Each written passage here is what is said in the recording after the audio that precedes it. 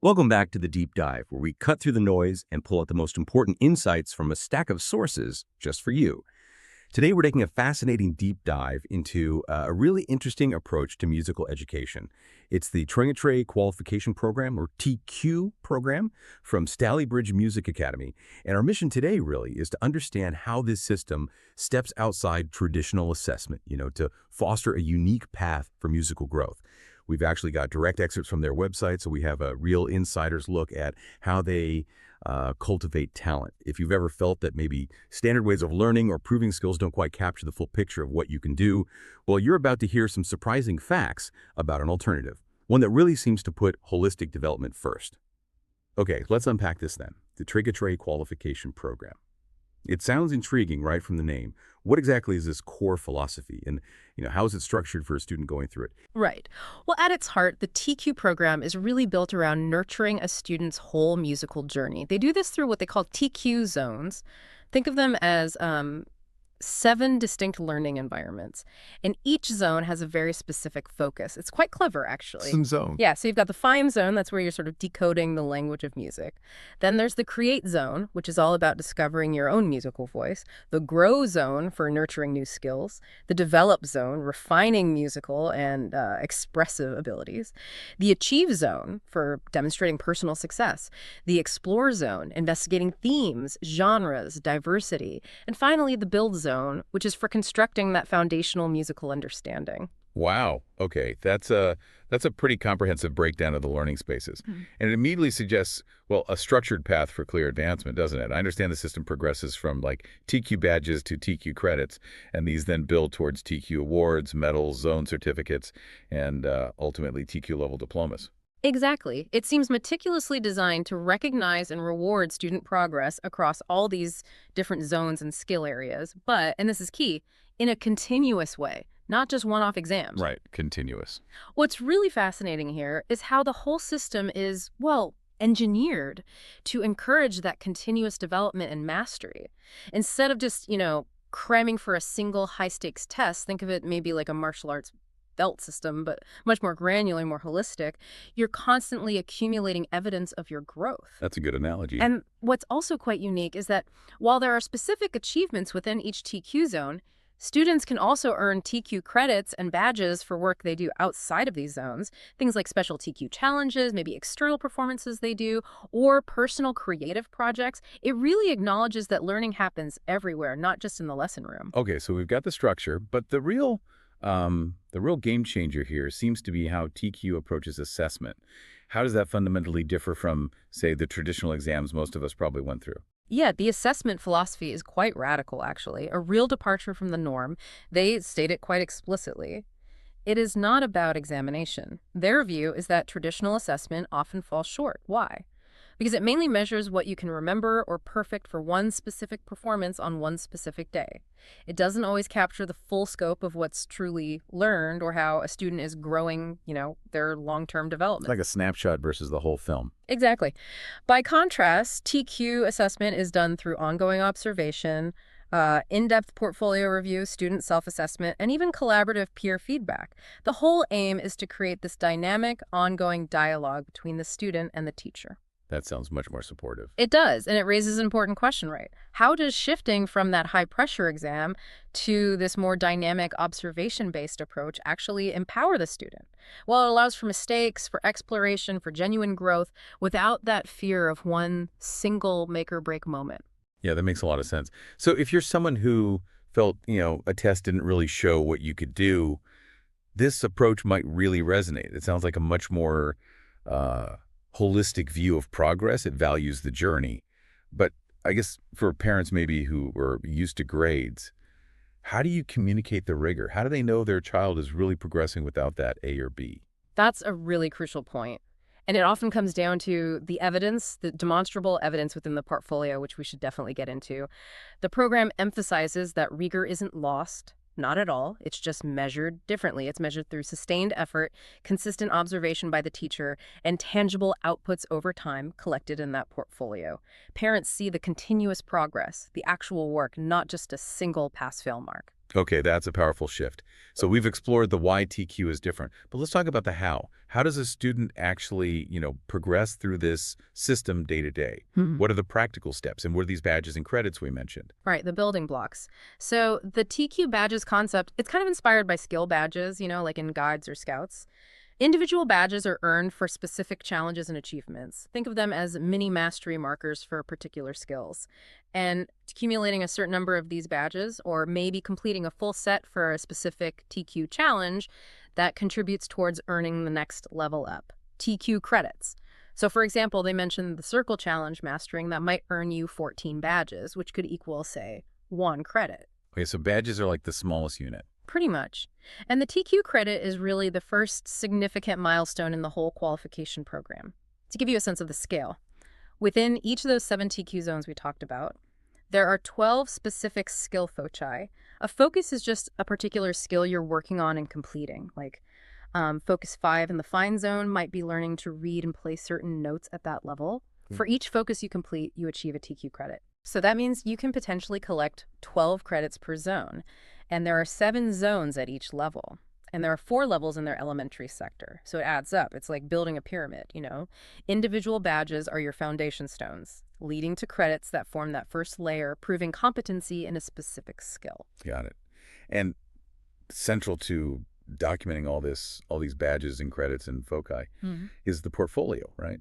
How does that work in practice? What goes in it? Absolutely. The portfolio is, well, it's the bedrock of the entire assessment process. It's not just a dusty collection of work. It's meant to be a living document, something that really highlights a student's growth and their journey over time. It can include all sorts of things, videos of performances, sure, but also excerpts from practice journals, creative projects they've done, self-assessment reports, maybe even research projects, and feedback from both peers and their teacher. Okay, so it's really comprehensive. It is. And what's truly insightful, I think, is how TQ acknowledges that musical growth isn't just about what you can do at the end.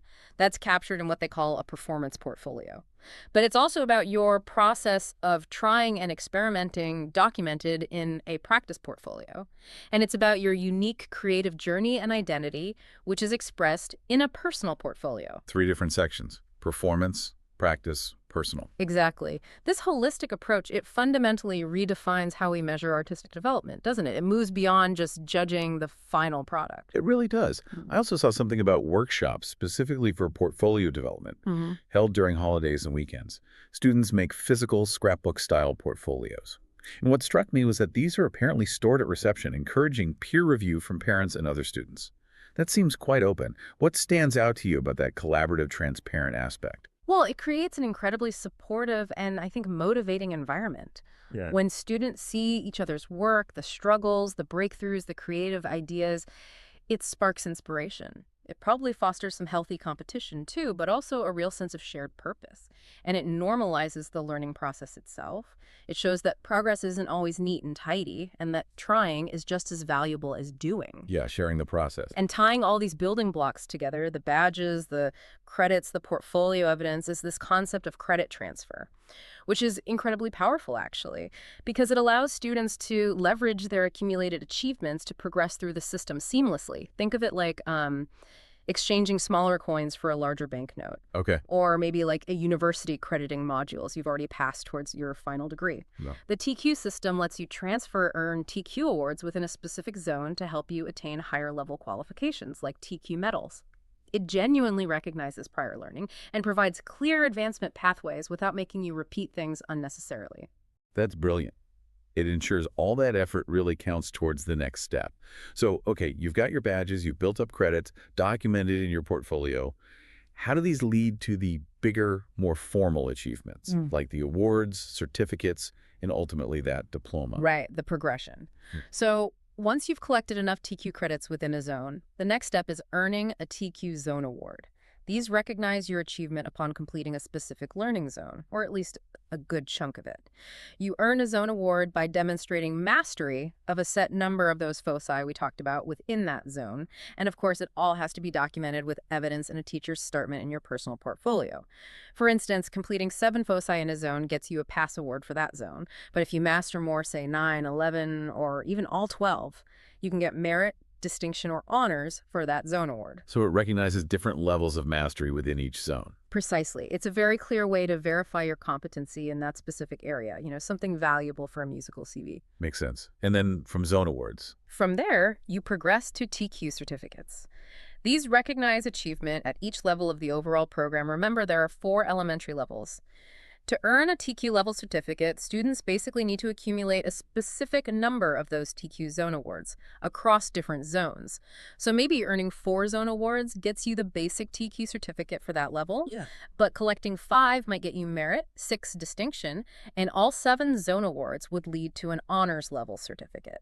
So you're kind of cashing in your zone awards for a level certificate. Exactly. You exchange your accumulated TQ award points for these certificates. But it's important to note they say points can only be used once in this exchange. You can't double dip. These certificates seem designed for more focused skill development, may be ideal if you want to rapidly gain knowledge in a specific area. Right, building blocks again. And the ultimate goal for many, I suppose, is the TQ diploma. What does that signify? And who is it really designed for? Yeah, the TQ diploma. That's awarded upon completion of all 4 of the elementary levels.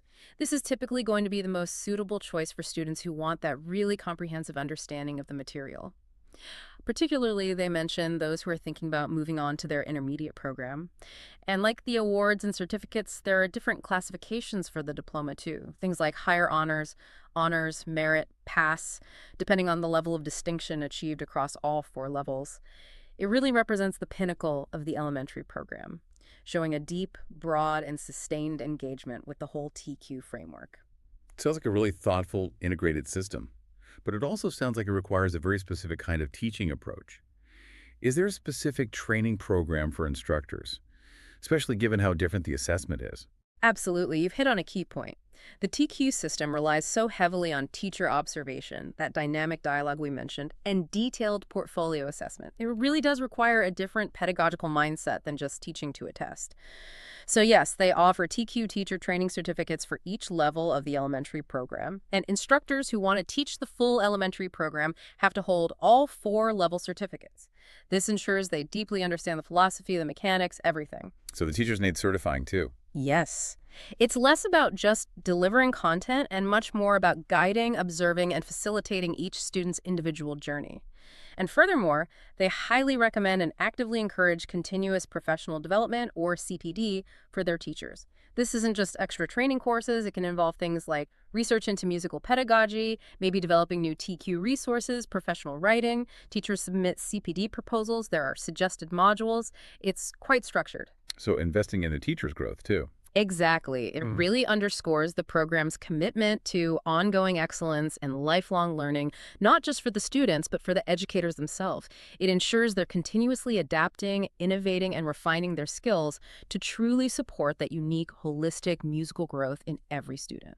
Okay, so wrapping this up, what does this all mean for someone out there listening, maybe someone interested in a different approach to musical education? It seems really clear the Triquetrae qualification program offers a distinct path, one built on continuous development, this idea of holistic assessment through living portfolios, and a clear progressive structure that goes way beyond just a single performance exam.